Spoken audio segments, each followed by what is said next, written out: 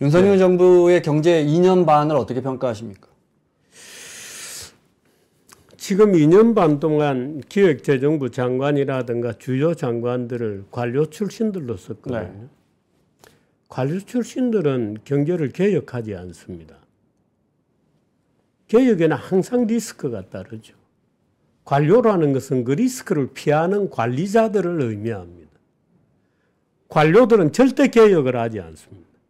이번에도 미국에 개혁하겠다고 들어간 사람들은 사업가들이고 앨런 머스크 이런 사람들이 들어가잖아요. 다들 라마스와미 금융시장에 있던 사람이 들어가잖아요.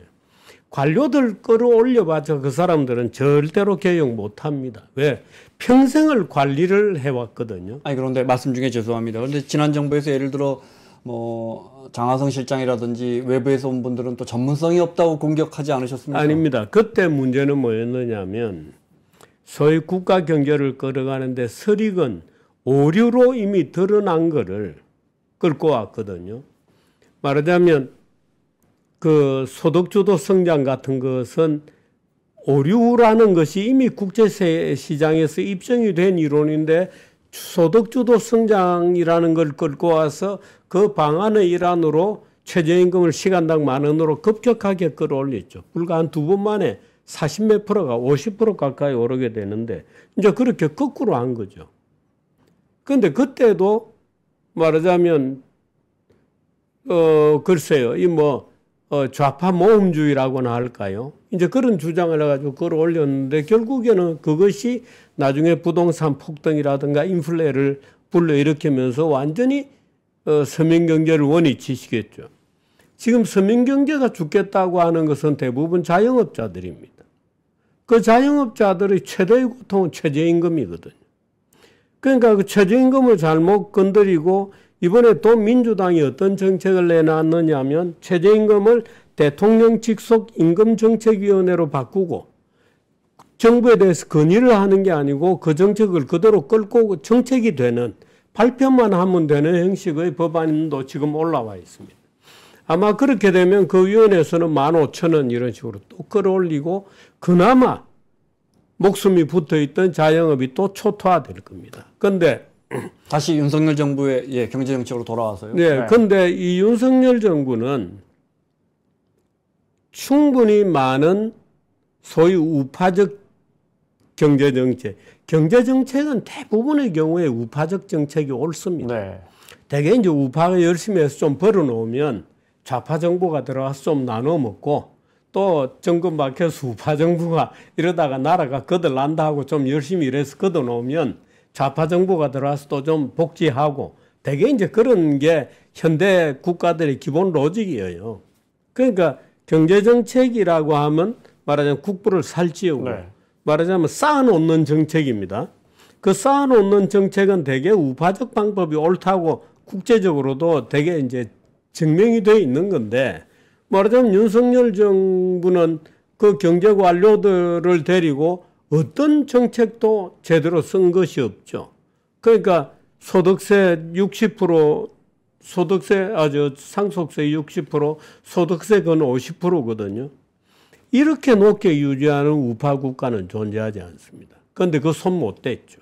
그러니까 손대고 대통령이 국회 가서 부탁을 하고 물론 민주당 국회의원들은 처음에는 야 우리 당은 당론이 아니야 못 받아 라고 얘기하겠지만 대통령과 장관들이 가야 되거든요. 근데 안 갔잖아요. 그 장관들도 관료 출신들을 시켜놓으니까 관료들이 어디 구정물에 손 넣고 설거지를 하려고 안 하죠. 그러니까 뭔가 개혁 의지가 있는 시장 사람들을 써야 됩니다. 예를 들어서 네. 재무장관 정도는 지금 정도면 우리나라 재무장관은 예를 들어서 박현주를 갖다 놔도 좋다 이 말이죠. 박현주 회장을 갖다 놔도 금융이나 기업에서도 올 수도 있다. 금융이나 기업에서 잔뼈가 굵은 사람들을 갖다 놔도 네. 괜찮은 정도가 된 겁니다. 미국은 뭐 증권사에서도 오고 뭐 그렇습니다. 미국은 뭐 증권회사를 무조건 거친 사람이 재무장관을 가죠. 이번에도 그런 경우고 그거는 뭐 이미 오래됐습니다. 그런데 우리나라도 이제는 그런 정도로 말하자면 정부 인재를 관료라고 하는 것은 수단적 정당성을 하는 사람들이지 목표를 갖고 있는 사람은 아닙니다. 그래서 정부가 어떤 성장 정책을 쓰거나 예를 들어서 우리 국부를 어느 정도까지 끌어올리겠다고 생각한다면 관료들 쓰면 곤란하죠. 관료들은 늘 현상 유지를 생각하거든요. 그런데 윤석열 정부는 그런 좋은 재원들을 모빌라이즈 하려고 생각도 안 했고 늘 사람 쓰는 거는 주변에 있는 말하자면 아주 좁은 인맥을 가지고 또는 아스팔트 우파들이 얘기하는 그 노선을 가지고 말하자면 정치를 해온 거죠. 그러니까 경제 정책이 뭐가 있지? 이 윤석열의 경제 정책이 뭐가 있지 하면 아무것도 없죠. 우리 경제가 매우 무겁습니다. 그 와중에 이제 이 계엄 이 문제가 터져 나와 있는데 수출 반도체로 상징되는 우리 수출이 네. 이제 뭐 기울고 뚜렷하게 이제 실적에서 기울고 있고요, 그죠? 뭐 수많은 문제, 재정 문제, 뭐 정부가 재정 확대 굉장히 축소했지만 적자는 많이 나고 있고요, 그죠? 네. 네. 인구 문제 말할 것도 없고요. 네. 우리 경제 문제에서 가장 아킬레스건, 가장 위험한 부분 어느 부분이라고 보십니까? 성장 동력을 회복하는 게 제일 중요하고 지금 우리 산업으로 따지면 자동차도 정말 잘해왔고 반도체도 비교적 그 회장이 CEO가 감옥에 가고 지금도 재판을 진행 중입니다.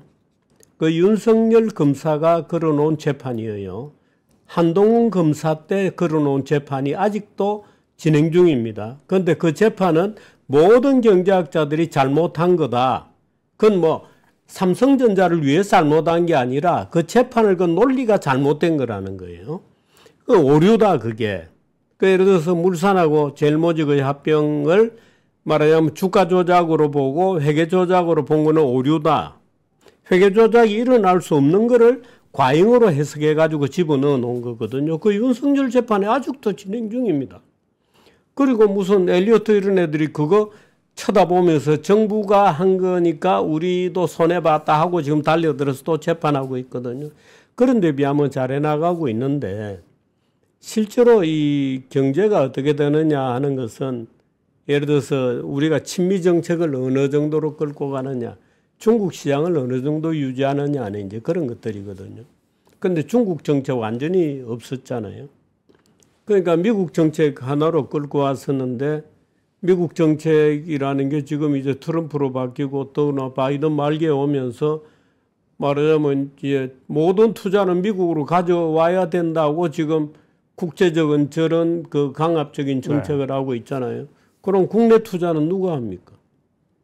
그러니까 어떻든 그런 문제들이거나 해서 말하자면 이 경제의 미래를 잘 보고 관리를 잘 해나가고 중국과의 정책도 어느 정도 유지가 돼야 되거든요. 그런데 지금 중국과의 정책은 완전히 블랭크죠. 그러니까 이런 것들이 여러 가지 패착이었다고 볼 수 있죠. 그런데 산업별로 보면 지금 7대 산업, 8대 산업, 우리가 학교 다닐 때 듣던 얘기 중에 하나가 모든 진보적인 경제학자들이 우리나라는 너무 산업이 없다, 뭐 단작 중심이다 하는데 그거 다 거짓말이었어요. 우리나라가 사실은 7대 산업, 8대 산업에서 공히 7대 산업이라는 이유가 왜 나오느냐 하면은 그게 세계 무역액의 80%, 70% 막 이렇게 되거든요. 네. 그러니까 7대 산업에서 우리가 최고 강자였습니다. 그런데 지금 이 중국이 다 뺏겼죠. 그러니까 7대 산업, 8대 산업에서 어떤 산업 경쟁력은 중국이 다 뺏기고. 그러니까 지금 우리가 이제 AI라든가 이런 시장을 육성하기 위해서는 그야말로 범정부적으로 붙어서 인재를 육성하고 대학 교육 과정을 바꿔주고 해서 붙어야 되는데 전혀 못 붙고 있는 거죠. 그러니까 야 이거 이대로 가도 되는 건가? 우리가 뭔가 어떤 엣지가 있는 산업을 지금 만들어내고 있는 건가 하는 두려움이 드는 거죠. 그러니까 AI 같은 경우에 AI도 굉장히 그 중소기업들이 많이 붙을 수 있는 영역이거든요. 그러니까 AI는 우리가 대기업이 한다 어마어마한 돈이 든다라고 잘못 생각하고 있는데 실제로 AI와 AI에 따라가는 부속 산업들은 중소기업이 할 영역이 굉장히 많습니다. 그리고 이미 중소기업들 중에서 그러니까 신규 벤처 기업들 중에서 소위 유니콘이 되어 있는 기업들이 세계적으로 쏟아지고 있거든요. 불과 몇 년 만에. 근데 거기에 우리 기업 명단 없어요.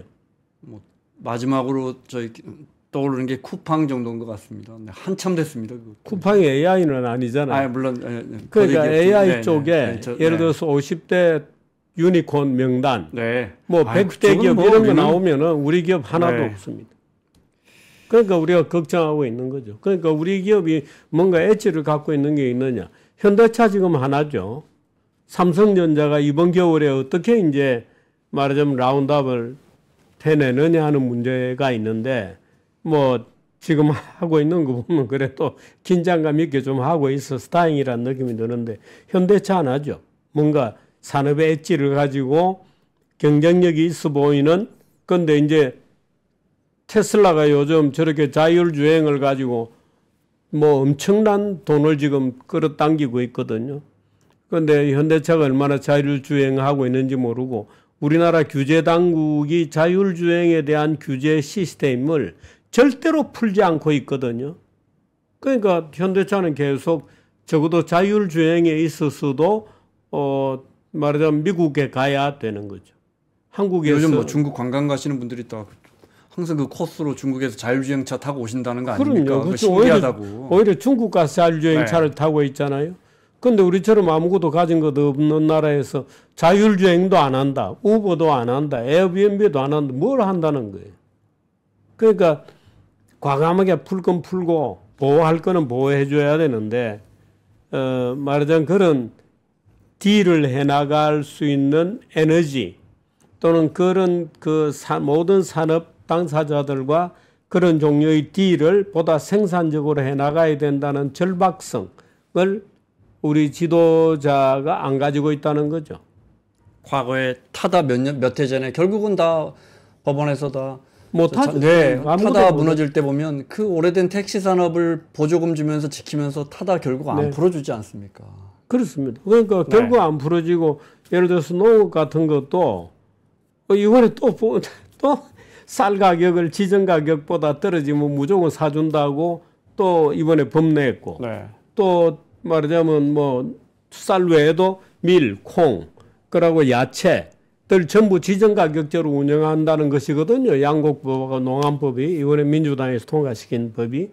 근데 그런 법들이 이제 사실은 농업을 정말 멋지게 잘하면 우리의 비전은 그런 거죠. 농업을 정말 멋지게 잘 만들어내면 중국의 부자들은 전부 한국산 농산물로 먹일 수 있죠. 그 중국 농산물이 얼마나 말하자면 적어도 건강이나 위생 문제에 있어서 문제가 많다는 건 우리도 잘 느끼잖아요. 중국 사람들은 더 느끼거든요. 그 우리는 중국과 시차도 거의 없고 하기 때문에 엄청나게 우리 농업이 발달할 수 있는 가능성이 있는데 네. 왜 못하느냐. 우선 정부가 주는 보조금이 달콤하죠. 그러니까 리스크를 짊어지고 뭔가 뚫고 나갈 수 있는 그런 어떤 엣지는 없다. 한국에. 지금은 이제 그런 상황이죠. 주빈님 조금 뭐 진보 진영, 보수 진영 자꾸 나눠서 질문을 해드려서 죄송한데 진보 진영의 시각은 네. 그러니까 너무 이념에 집착해서 우리가 안보나 외교는 미국과 이 일본의 한미일 캠프 데이비드 지난해 캠프 데이비드 이후에 한미일 동맹으로 가는 걸 충분히 이해하지만 네. 너무 이념에 묻혀서 중국이라는 거대 시장과 너무 이별을 빨리 했다. 네. 이런 지적은 어떻게 보십니까? 이별을 빨리 했기 때문에 지금 뭐 여러 가지로 나빠지고 있는 것만은 아니라고 봐야 됩니다. 왜냐하면 중국이 지난 수년 동안에 소위 7대 산업, 8대 산업에서 대한민국을 거의 따라잡아 네. 있거든요. 이제 그런 시장의 변화가 있고 예를 들어서 그게 이제 롯데 같은 데서도 드러나는 거 아닙니까? 롯데 케미칼이 완전히 이제는 뭐 중국에서는 더는 안 된다고 손을 들고 있는 상황이기 때문에 이제 그런 데서 보듯이 사실 중국에서 대규모 투자를 해가지고 뭔가 엄청난 보조금을 장착한 그 기업들하고 시장에서 바로 싸워서 이길 수 있다는 가능성이 점점 사라지고 있죠. 그런데 그렇다고 해서 우리가 중국 시장을 포기할 수는 없는 겁니다. 우리는 중국의 어깨선만 가더라도 예를 들어 중국의 뭐 상위 한 5%는 우리가 진다고 하더라도 네. 중국이 예를 들어 상위 한 20%에서 10% 사이 정도의 마켓만 우리가 뚫고 들어간다고 하더라도 한국으로서는 해피한 산업 구조가 될 수 있거든요. 그러니까 절대 포기하거나 중국 전체를 하나로 보고 우리와 경쟁의 구도를 생각하면 답이 없죠. 그러니까 중국은 굉장히 크고 시장도 굉장히 다양한 곳이기 때문에 충분히 얼마든지 해나갈 수 있는 공간들이 있습니다. 그런데 너무 전체적으로 사회 분위기가 중국 시장은 좀 일찌감치 기밥하는 그런 분위기가 돼 있고, 또 미국이 어떻든 끊임없이 규제를 들어오고 특히 반도체 쪽에서 신기술 쪽에서 규제가 들어오기 때문에 그건 우리가 불가피하게 협조한다 하더라도 그 외에도 많은 시장 부분이 있죠. 특히 농업 부분은 도전해 볼 만한데 우리가 완전히 포기하고 있죠. 그런데 이제 그런 것들이 네. 중국에 대해서는 뭐 이념 문제 아닙니다. 그건 이념 문제 아니고 중국에 대해서는 너무 일찍 산업 안에서도 포기하는 그런 분위기가 있다 이런 거죠. 정부가 그걸 드라이브한 거 아닙니까? 예를 들어 심지어 네. 예를 들어 우리 중국에 있는 우리 대사마저도 관련 이야기 자리에서 지금이 뭐 중국에 왜 투자를 해야 되느냐 이런 부정적인 이야기를 한다든지. 네. 윤석열 정부가 중국과 뭐 우리가 이 한미일의 이 원심력이 강하고 우리가 여기에 휩쓸리지 않을 수 없다는 건 누구나 인정하는 사실인데 외교 엊그저께 여기 나오신 그 노무현 정부 때 관료 중에 한 분이 외교란 무엇이냐 이렇게 여쭤봤더니 장사하는 거요 이렇게 이야기하시더라고요. 중국과의 우리가 뭐 무슨 관계 떠나서 그냥 장사는 계속해야 되는데 윤석열 정부가 너무 이념에 치우친 거 아니었냐. 아니 윤석열 대통령 본인도 그 중국과는 장사하는 관계라는 걸 충분히 인식하고 있어요. 네. 그래서 중국 시장을 홀대해서는 안 된다 이런 얘기를 하죠. 그런데 이제 그 실제로 시장에서 말하자면 중국이 커나가는 과정에서 일부 포기되는 또는 일부 철수하게 되는 기업들의 그 공포감, 좌절감 이런 것들이 너무 그 말하자면 과다하게 평가되고 네. 거기서 오는 어떤 위축된 심리 이런 것도 있을 겁니다. 중국은 가봤더니 안 되더라. 이런 말하자면 네. 뼈다귀만 남는다 이런 거. 네. 노인과 바다처럼 열심히 한다고 했는데 결국 털리더라. 다 틀린다 이제 이런 건데 글쎄요. 그렇더라도 어떻든 새로운 도전해 볼 분야들이 있죠. 이 같은 맥락으로 예를 들어 한미일 이런 안보 체제에서 일본의 뭐 인태 전략 이런 걸 따라가다 보니 결국 북한과 중국이 너무 튀겨나왔고 북한이 또 이렇게 러시아랑 붙으면서 결국 러시아라는 시장도 한 중국의 한 10분의 1 정도 되는 시장인데 그런 시장도 다 하나 둘씩 포기하게 되는 거 아니냐. 예를 들어 현대차만 해도 바이백 그러니까 1년 안에 다시 그 공장 들어가면 그 값에 다시 사주기로 약속을 해놓고 왔는데 우리 이제 솔직히 북한 병사가 지금 저 크루스크에서 저렇게 죽어가는 상황에서 이제 우리가 무슨 러시아 시장에 앞으로 몇 년 동안 뭘 팔겠냐. 아니 뭐 그런 생각할 필요 없고요. 네. 그래도 가야 됩니다. 그러니까 그래도 가야 하는데 네. 정확한 답변을 해주셨는데 그 가기가 쉽지 않아졌다 이런 거죠. 외교나 이런 데서 또 이념에 휩쓸리면서. 그러니까 예를 들어서 우크라이나 전쟁 같은 것도 이 전쟁을 다루었던 그 뭐 제가 아는 실무자들이 있습니다만은 그 디시전을 해 왔던 사람들이. 네. 근데 일부 이제 오류들이 좀 있다고 저도 봅니다. 일부 오류들이 좀 있는데 이제 그런 오류들을 바로 잡아야죠.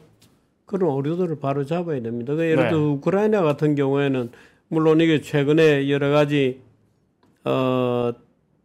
뭐 계엄이라든가 이런 거하고도 맞물려 있습니다만은 사실은 그 우크라이나에 일방적으로 무슨 뭐 우리 뭐 장거리 미사일을 준다든가 뭐 여러 가지 뭐 살상용 무기를 지원한다든가 해서 이번에 북한이 그 러시아에 쿠르스크에 파병을 하면서 우리 용산이 필요 없는 과도한 긴장을 한다든가 과도한 반응을 보여준다든가 이제 하는 것들은 제가 그 사건이 나던 일주일 내내 경거망동하지 마라는 유사한 제목을 달고 일주일 내내 경고방송을 했었습니다. 이 북한이 간다고 해서 마치 우리도 뭔가를 해야 되는 것처럼 호들갑 떨지 마라 하고 이제 용산을 약간 그런 움직임이 있었습니다. 거기 우크라이나 국방부 장관이 내한하고 이러면서. 그럼요, 있었죠. 그러니까 마치 우리가 군사라도 보낼 것처럼 하니까 전 세계에서 한국 군대를 공짜로 먹으려고 나토 그 사무총장이 2번씩이나 전화를 하고 우크라이나가 찾아오고 미국도 전화하고 유럽에서 그 유럽 집행위원장이 한국에 전화를 해주고 윤석열 대통령이 순간적으로 인기는 엄청나게 올라갔죠. 그런데 그 아무 의미가 없는 거거든요. 크게 실패할 수 있는 모험주의적 노선이었기 때문에 그래서 제가 그 여러 가지로 경거망동해서는 안 된다는 칼럼들도 많이 발표를 하고 그랬었죠. 자본시장 좀 여쭤보겠습니다. 네. 저희는 3프로 TV니까요. 네. 네. 우리 증시 이 코리아 디스카운트 해결하려면 이 질문 많이 받으셨을 것 같아요. 뭘 좀 제일 먼저 고칠까요? 제가 증권시장 출입 기자를 굉장히 오래 했습니다. 굉장히 오래 하고 공전에 많이 팔린 책의 저자기도 하고 그런데 이 지금 증권시장에 있는 사람들이 거꾸로 하는 게 굉장히 많습니다. 예를 들어서 공매도 금지 네. 이런 거 거꾸로 하는 거거든요.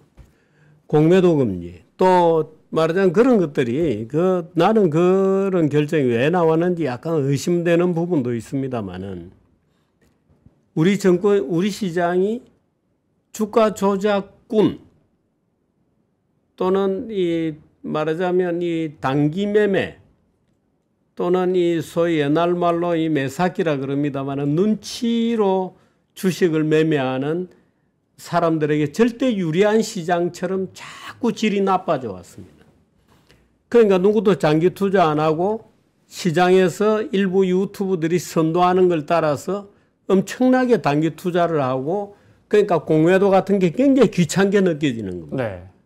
그러니까 공매도 없애라고 막 없앴죠. 장기 투자하시는 분들은 공매도가 별로 신경 안 쓰이는데 단기 투자하시는 분들은 그것 때문에 늘 잃는다고 생각하시거든요. 아닙니다. 공매도가 있어야 자기를 보호받죠.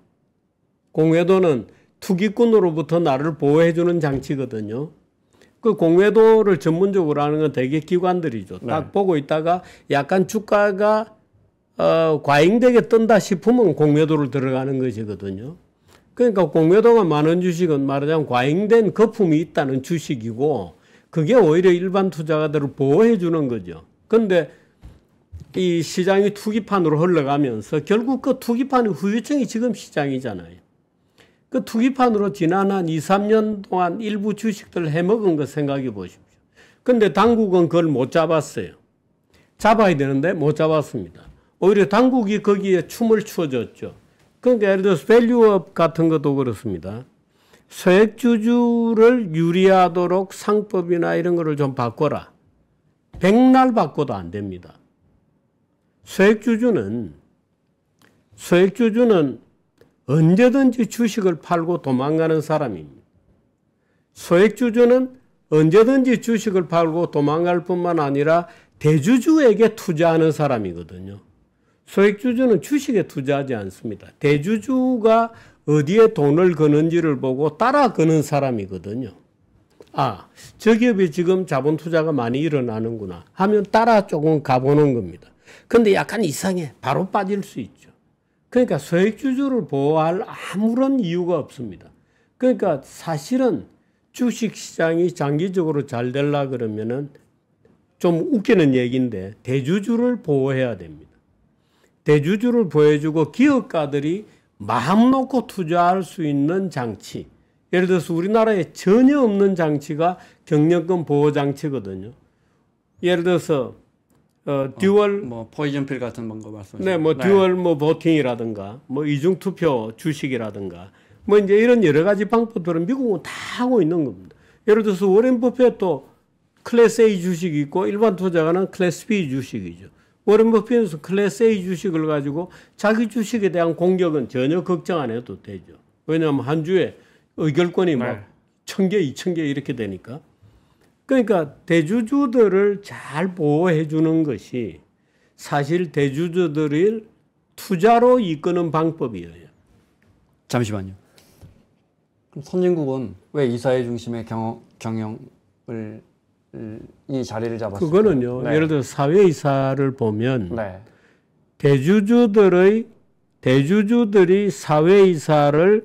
사회이사에게 부탁을 해서 내가 누구누구에게 CEO를 맡겼는데 네가 가서 감시를 좀 해다오 하는 게 사회이사입니다.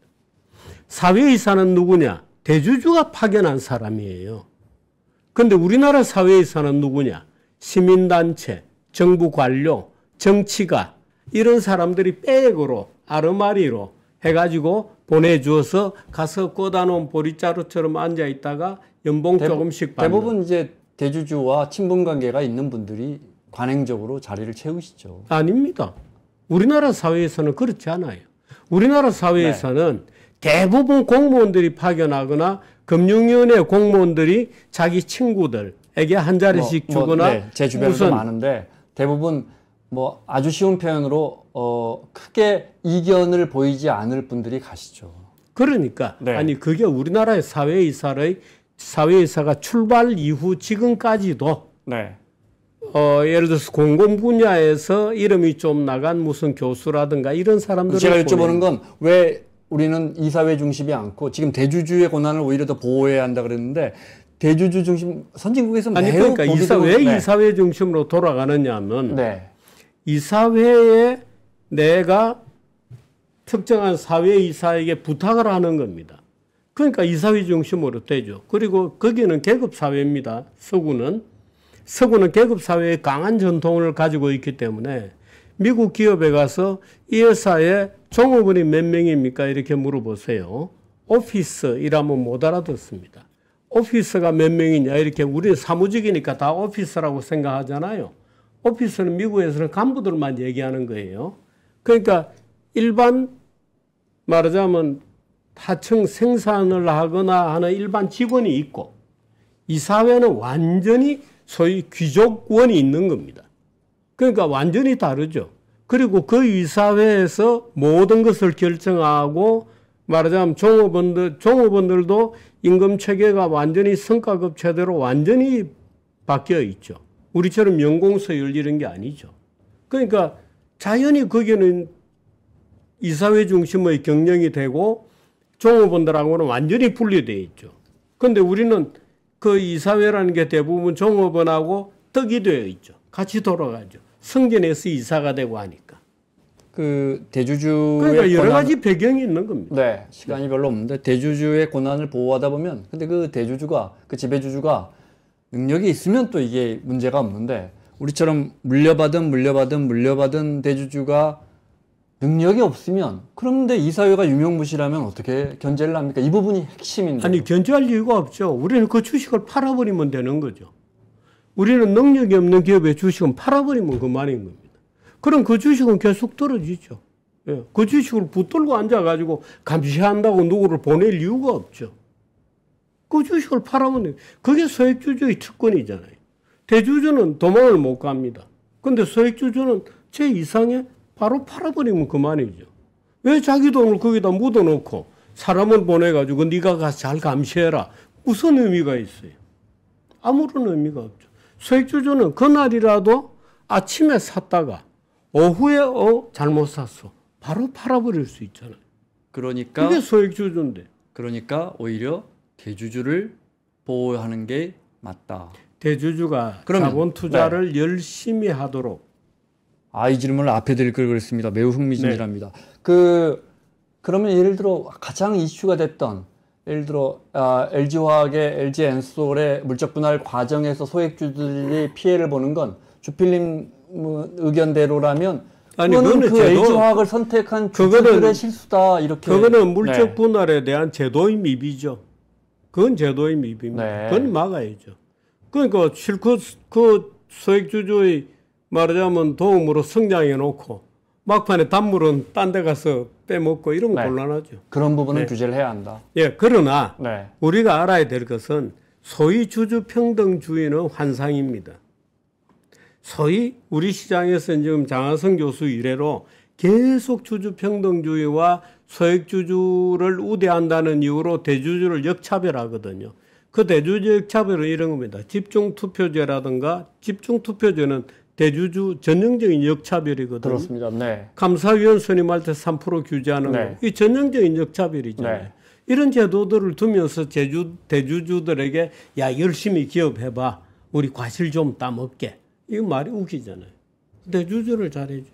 그럼 민주당이 내놓은 상법 개정안은 반대하시겠네요. 반대입니다. 예. 네. 상법 개정안을 그런 식으로 고치면 계속해서 투기꾼들만 유리해집니다. 그러면 예를 들어 아까 LG에 지금 이제 정부가 내놓은 자본시장법이 이제 그래서 그런 어떤 기업의 합병 분할 이런 것만 일단 수술을 하자 이런 건데 그런 건 동의를 하십니까? 어떻습니까? 그럼요. 그건 뭐 제도의 미비가 이미 증명이 되어 있기 때문에 네. LG엔솔 물적 분할 같은 경우는 말도 안 되는 얘기잖아요. 그건 당연히 그건 사실은 근데 그런 것도 소송을 걸 수 있을 겁니다. 아니 근데 LG엔솔은 수많은 소송이 있었지만 모두 다 기각됐죠. 그러니까 그 네. 소송이 그래서 되고 이제 상법 개정안 그래서 그 논란이- 소송이 되고 시장에서 조정하는 방법을 찾아야죠. 그러니까 우리나라 재판부가 아직도 못 따라오고 있는 거죠. 그러니까 우리나라 사법부가 말하자면 경제 언론도 공부 안 하고 판사를 하고 있거든요. 그러니까 사적 소유권이 어떻게 중요한지 어떻게 해서 정권 시장이 돌아가는지 전혀 모르죠. 그러니까 우리나라 사법 시험을 칠 때 네. 말하자면 경제 언론 정도로 공부하고 치도록 다시 바꿔야 됩니다. 옛날에 하다가 없어진 거예요. 왜냐하면 사법인들이 야, 그 귀찮다. 우리가 왜 경제를 공부하냐 이러면서 다 없어진 거거든요. 그 다시 넣어야죠. 그 판사들이 그거 모르니까. 그 상법 개정안 중에 이제 정부안은 물적 네. 분할이나 합병 이런 부분에 대해서만 대주주의 권한이 너무 되는 걸 이거 좀 규제하자 이렇게 나와 그것도 있는데 사실은 규제 안 하는 게 좋죠. 시장에서 소송 거는 게 제일 좋은 방법이죠. 소송을 그 해서 소액주주가 이기려면 법을 바꿔놔야 합니다. 아니 법 바꿔놓지 않아도 소액주주의 이익을 침해했기 때문에 네. 충분히 이길 수 있죠. 그런데 우리나라 소액주주들도 예를 들어서 옛날에 키코 사건 같은 경우에 네네. 키코 사건이 만일에 미국에서 일어났으면은 그 소액주주들이 피해자들이 100% 보상받았을 겁니다. 그런데 우리나라에서 미국 했기 같은 때문에 경우는 뭐 수십 배, 수백 배 보상받죠. 받을 수 있죠. 그런데 우리나라에서는 사법부가 다 패배했습니다. 그러니까 우리나라 사법부에 문제가 있는 거죠. 그런데 그때 그 키코 사건도 미국에 갔으면 충분히 보상받았을 겁니다. 그러니까 그건 행정 규제 없이도 시장에서 붙어서 충분히 권리를 부여받을 수 있죠. 알겠습니다. 그런 제도로 바꿔줘야죠. 오늘 정치 때문에 모셨으니까 정치 문제 하나만 여쭤보고 빨리 마무리하겠습니다. 시간이 넘어서 이른바 김건희 여사 특별법은 거부권을 행사해야 한다고 보십니까? 어떻게 보십니까? 김건희 여사 특별법은 국민의 힘에서 받아야죠. 무조건. 이제 한 권한대행에게 공이 넘어갔는데 네, 어떻게 해야 한다고 보십니까? 받아야죠. 받아야 한다고 보십니까? 네. 언제까지 그걸 거부하고 있을 겁니까? 여기까지 듣겠습니다. 지금까지 정규제 TV 진행하시는 한국경제신문의 논설위원 오래 하셨죠. 정규제 주필과 함께했습니다. 오늘 말씀 고맙습니다. 네, 고맙습니다.